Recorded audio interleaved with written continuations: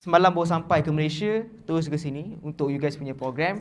Dan saya nak share pasal the journey tentang One Championship. So, saya nak share tentang satu benda yang bagi saya paling priceless, dan benda bagi saya sangat-sangat high value in term of championship, One Champion punya event. Okay, sementara tu nanti saya terbagilah ada?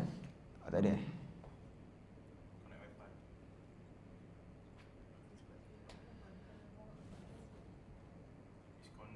Oh, dah connect.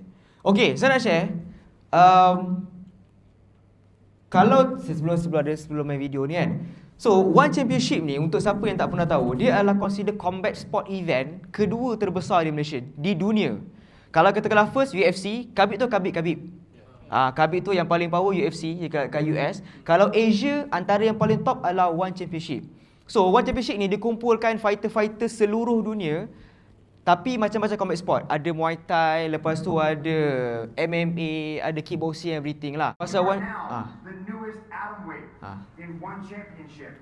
You just won a $100,000.